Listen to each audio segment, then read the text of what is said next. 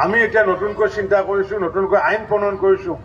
অহা 1 জুলাই তাৰিখৰ পৰা যিসকলে ক্ষুদ্ৰ ক্ষুদ্ৰ কৃষক অলপ অলপ চব্জি লৈ যায় বজাৰত, অলপ অলপ গাখীৰ বজাৰত লৈ যায়, তাহাঁতৰ খাজনা আমি চিৰদিনৰ কাৰণে মাফ কৰি দিছোঁ। 1 জুলাইৰ পৰা আমাৰ কোনো কৃষকে কোনো খাজনা দিব নালাগে বজাৰত বিক্ৰী কৰিব গ'লে। ট্ৰাকেদি লৈ গ'লে বেলেগ কথা, খাবাৰ টুকৰিত লৈ গৈছে বেচেৰাই, পালেং শাক লৈ গৈছে 20 মুঠা, পায় 50 টকা, খাজনা দিব লাগে 20 টকা। গাখীৰ 2 লিটাৰ লৈ গৈছে, পায় তেওঁ পাব হয়তো 80 টকা, খাজনা দিব লাগে 20 টকা।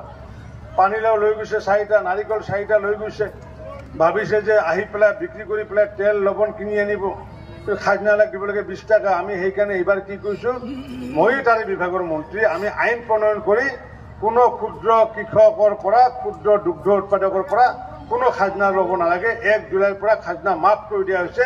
সি হিন্দুৱে হওক বা মুছলমানে হওক, যিমান কৃষক আছে। আমি এতিয়া নতুনকৈ চিন্তা কৰিছোঁ, নতুনকৈ আইন প্ৰণয়ন কৰিছোঁ। অহা 1 জুলাই তাৰিখৰ পৰা যিসকলে ক্ষুদ্ৰ ক্ষুদ্ৰ কৃষক অলপ অলপ চব্জি লৈ যায় বজাৰত, অলপ অলপ গাখীৰ বজাৰত লৈ যায়, তাহাঁতৰ খাজনা আমি চিৰদিনৰ কাৰণে মাফ কৰি দিছোঁ। 1 জুলাইৰ পৰা আমাৰ কোনো কৃষকে কোনো খাজনা দিব নালাগে বজাৰত বিক্ৰী কৰিব গ'লে।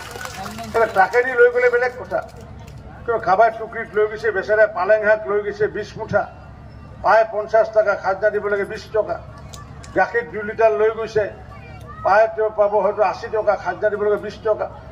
পানীলাও লৈ গৈছে 4টা, নাৰিকল 4টা লৈ গৈছে, ভাবিছে যে আহি পেলাই বিক্ৰী কৰি পেলাই তেল লৱণ কিনি আনিব, খাজনা দিব লাগে 20 টকা। আমি সেইকাৰণে এইবাৰ কি কৰিছোঁ, মহিলাৰী বিভাগৰ মন্ত্ৰী, আমি আইন প্ৰণয়ন কৰি কোনো ক্ষুদ্ৰ কৃষকৰ পৰা, ক্ষুদ্ৰ দুগ্ধ উৎপাদকৰ পৰা কোনো খাজনা ল'ব নালাগে। 1 জুলাইৰ পৰা খাজনা মাফ কৰি দিয়া হৈছে। সি হিন্দুৱে হওক বা মুছলমানে হওক, যিমান কৃষক আছে। আমি এতিয়া নতুনকৈ চিন্তা কৰিছোঁ, নতুনকৈ আইন প্ৰণয়ন কৰিছোঁ।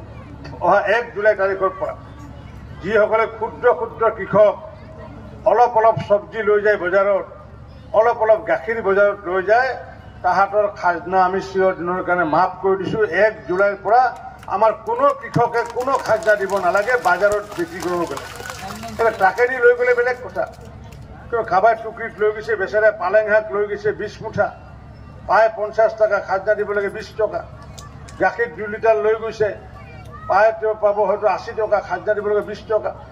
পানীলাও লৈ গৈছে 4টা, নাৰিকল 4টা লৈ গৈছে, ভাবিছে যে আহি পেলাই বিক্ৰী কৰি পেলাই তেল লৱণ কিনি আনিব, খাজনা দিব লাগে 20 টকা। আমি সেইকাৰণে এইবাৰ কি কৰিছোঁ, মহিলাৰী বিভাগৰ মন্ত্ৰী, আমি আইন প্ৰণয়ন কৰি কোনো ক্ষুদ্ৰ কৃষকৰ পৰা, ক্ষুদ্ৰ দুগ্ধ উৎপাদকৰ পৰা কোনো খাজনা ল'ব নালাগে। 1 জুলাইৰ পৰা খাজনা মাফ কৰি দিয়া হৈছে।